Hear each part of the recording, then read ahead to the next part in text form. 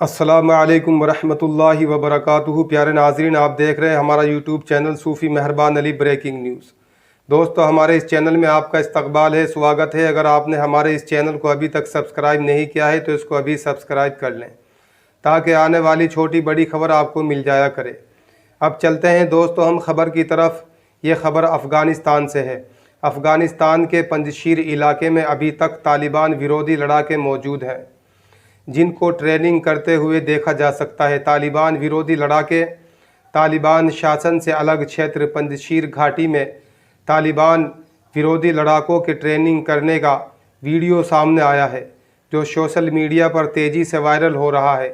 ان لڑاکوں کو جوڑنے والے افغانستان کے نیشنل ریزسٹنس فرنٹ نیتا احمد مسعود اور امراللہ صالح کر رہے ہیں، جنہوں نے خود کو افغانستان کا کاریہ راشٹرپتی گھوشت کیا ہے۔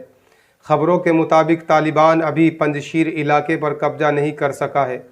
خبروں کے مطابق بتایا جا رہا ہے 9000 لڑاکے جمع کر چکے ہیں احمد مسعود اور امراللہ صالح۔ آپ کو بتا دیں کہ طالبان کے کنٹرول سے باہر ہے ابھی پنجشیر علاقہ۔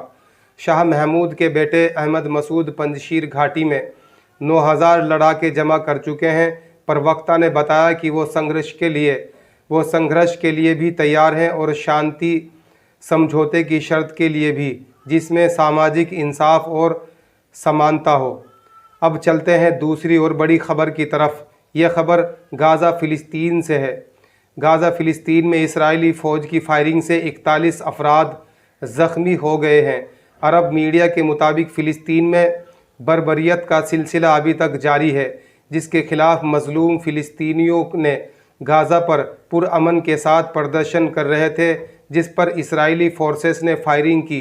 اسرائیلی فورسز کی فائرنگ میں 41 فلسطینی افراد زخمی ہو گئے ہیں، جنہیں فوری طور پر قریبی اسپتال میں منتقل کیا گیا ہے۔ دوستو، اب ہم چلتے ہیں تیسری بڑی خاص خبر کی طرف۔ یہ خبر سعودی عرب سے ہے۔ آج سے شروع ہوگا انشاءاللہ الرحمن خانہ کعبہ کا غسل۔ حرمین شریفین شاہ سلمان بن عبدالعزیز نے غسل کعبہ کی منظوری دے دی ہے۔ مکہ مکرمہ شہزاد خالد الفیصل شاہ سلمان کی نیابت میں آج سوموار پیر کے دن 15 محرم کعبہ کو غسل دینے کی شہادت حاصل کریں گے۔ اس مناسبت سے حرمین شریفین انتظامیہ کے سربراہ ڈاکٹر عبدالرحمن السدیش نے حرمین شریفین سلمان شاہ بن عبدالعزیز اور ولی احمد شہزادہ محمد بن سلمان کا شکر ادا کیا ہے۔ آپ کو بتا دیں کہ خانہ کعبہ کو غسل دینے کے عمل میں تمام حفاظتی تدابیر پر عمل کیا جائے گا۔ حرمین انتظامیہ کی نگرانی میں یہ رسم انتہائی احترام سے ادا کی جائے گی، جس میں شرکاء کے تحفظ کا بھی بھرپور خیال رکھا جائے گا۔ غسل کعبہ میں استعمال ہونے والی اشیاء کیا ہے، میں آپ کو بتا دوں۔ مقدس کعبہ میں غسل کے لیے ہونے والے تمام اوزار تانبا سے بنائے جاتے ہیں اور اس کو اس خاص مقصد کے لیے تیار کیا گیا ہے۔